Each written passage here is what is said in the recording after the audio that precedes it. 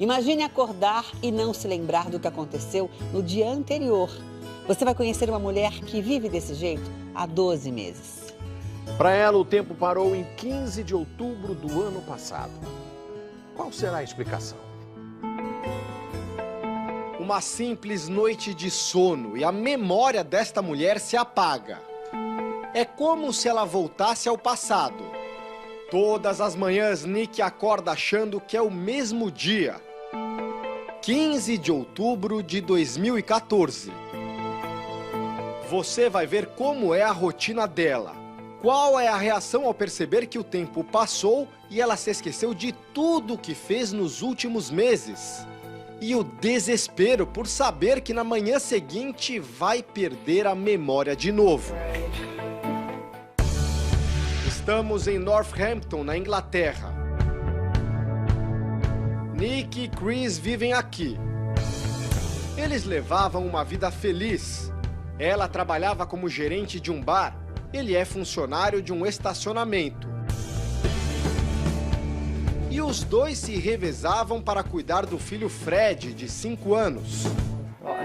Mas há um ano, em 14 de outubro de 2014, a vida deles mudou.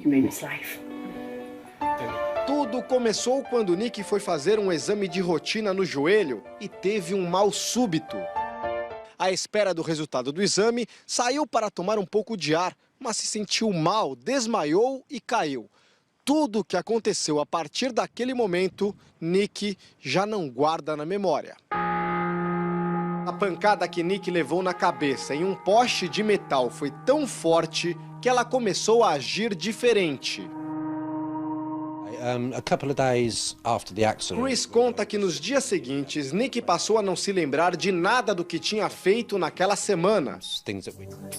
Na percepção dela, o tempo simplesmente parou de passar. O que Nick faz se apaga em poucas horas. A memória mais antiga, que registra as coisas de antes do acidente, continua a funcionar. Porque é a memória que dá. Esse neurologista explica que a condição é chamada de amnésia anterógrada.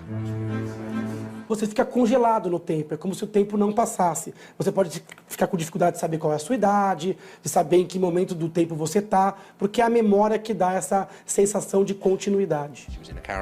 Para conseguir levar a vida, um paciente nesta situação precisa receber uma explicação sobre o que aconteceu com ele todos os dias.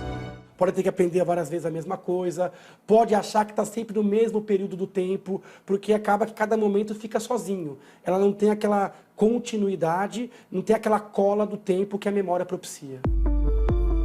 No caso de Nick, os médicos descobriram que a cada 15 horas a memória dela desaparece. E normalmente isso acontece quando ela já está dormindo. O marido da Nick adotou uma estratégia para que ela possa entender logo quando acorda que já não é mais o dia 15 de outubro de 2014. Então, do lado da cama, ele sempre deixa, junto aos óculos dela, um caderno com anotações. No topo de cada página, está bem dizendo que ela teve perda de memória.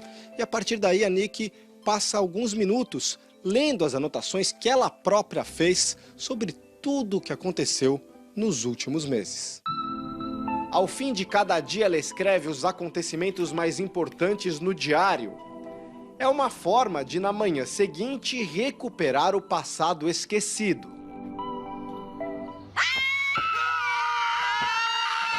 Histórias parecidas com a de Nick já foram parar no cinema. Calma, Lucy! Peraí! Você é um tarado! Não, você não se lembra de nadinha, não? No filme Como Se Fosse a Primeira Vez, a personagem interpretada por Drew Barrymore todos os dias precisa assistir a um vídeo para lembrar os detalhes da própria vida.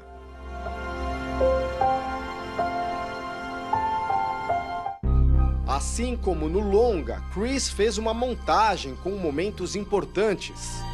E Nick sempre assiste ao vídeo depois de ler o diário. No último ano, um dos gatos de estimação de Nick morreu. Ela também completou 28 anos. Honest. No dia em que falou comigo, ela não se lembrava de nenhum desses momentos. Quantos anos você tem? How old are you? Quando perguntei a idade dela, Nick precisou pensar alguns segundos. I'm 28 now. Ela me explicou que demorou a dar a resposta certa porque, pela última lembrança, ainda tinha 27 anos. I refuse to live like this forever. A rotina de Nick também é confusa. Pergunto o que ela costuma fazer. If I ask you what you do every day, can you answer that? What now? I ain't got a clue.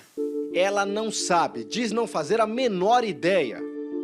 Mas o motivo de maior tristeza é outro.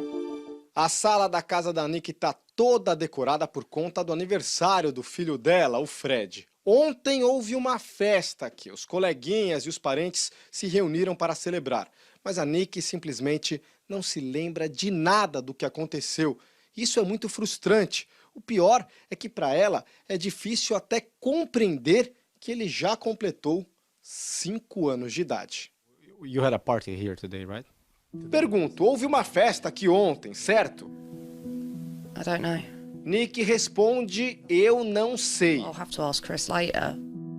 Nas fotos da festa, Fred está feliz. Ele não sabe da condição da mãe. Foi um dia marcante, mas para Nick é como se nunca tivesse acontecido. Fred vai crescer e Nick se preocupa, porque sabe que sempre que acordar, vai pensar que o filho ainda tem 4 anos de idade. Yes, we actually went away for the weekend to the coast. And Chris conta sobre uma viagem de final de semana. A família dormiu num trailer. No outro dia de manhã, Nick teve um ataque de pânico. Ela acordou sem saber onde estava.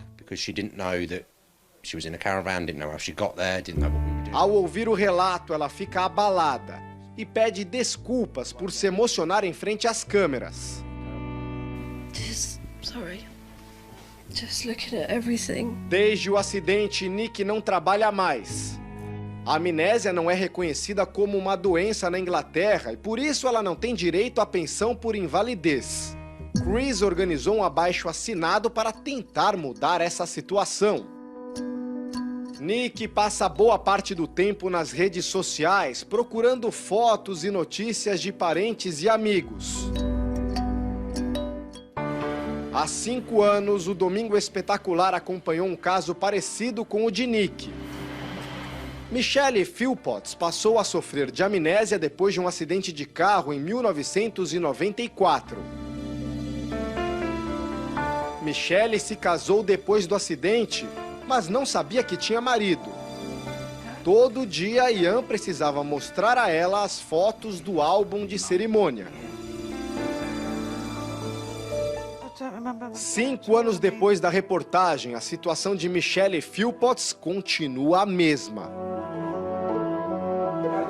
É difícil para a ciência entender como funcionam as lesões cerebrais.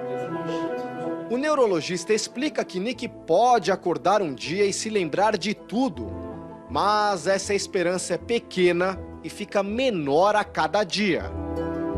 Quanto mais antigo é o sintoma, obviamente, maior a tendência dele não melhorar.